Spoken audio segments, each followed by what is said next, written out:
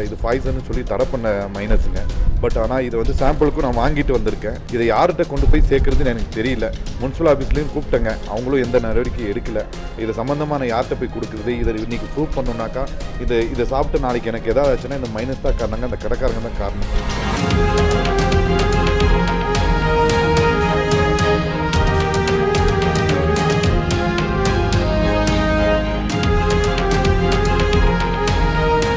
வணக்கங்க, நான் குன்னூரில் இருக்கேன். குன்னூர்லேருந்து இங்கே கோத்தகிரி ஒரு ஸ்கூல் விஷயமா வந்திருந்தேங்க.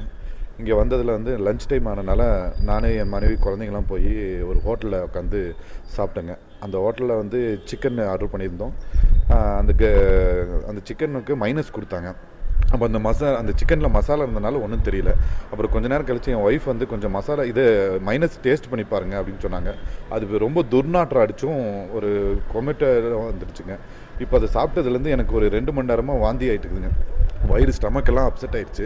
இது சம்மந்தமாக நான் கடையில் கேட்டதுக்கு அவங்க வந்து உனக்கு வந்து கையால் ஆகலை, பில்லு கொடுக்க கையால் ஆகலை, அதனால நீ வந்து இது பண்ணுறியா, நீ எந்த ஆஃபீஸர் நம்பர் வேணாலும் நான் தரேன், அந்த வாங்கிக்கன்னு சொல்லி நம்பர் கொடுத்து அதை மிரட்டினாங்க.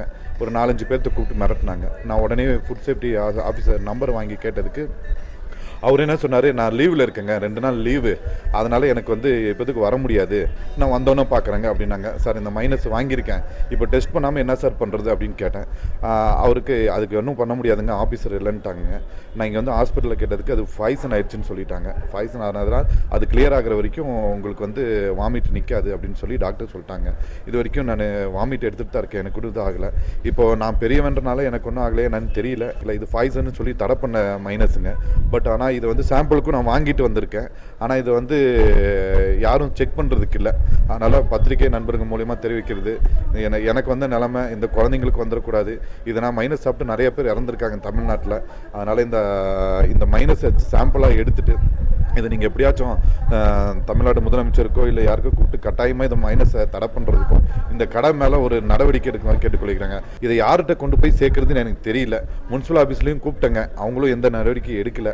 இது சம்மந்தமான யார்கிட்ட போய் கொடுக்குறது, இதை இன்றைக்கி ப்ரூவ் பண்ணணுன்னாக்கா இதை சாப்பிட்டு நாளைக்கு எனக்கு எதாவது ஆச்சுன்னா இந்த மைனஸ் தான் காரணங்க, அந்த கடைக்காரங்க தான் காரணம். ஃபர்ஸ்ட் ஆஃப் ஆல் இது இந்த பிரச்சனை எங்கே ஸ்டார்ட் ஆச்சுன்னு பார்த்தீங்கன்னா, அவர் ஒரு லேடி கூட வந்து உட்காந்துட்டு இருந்தார்.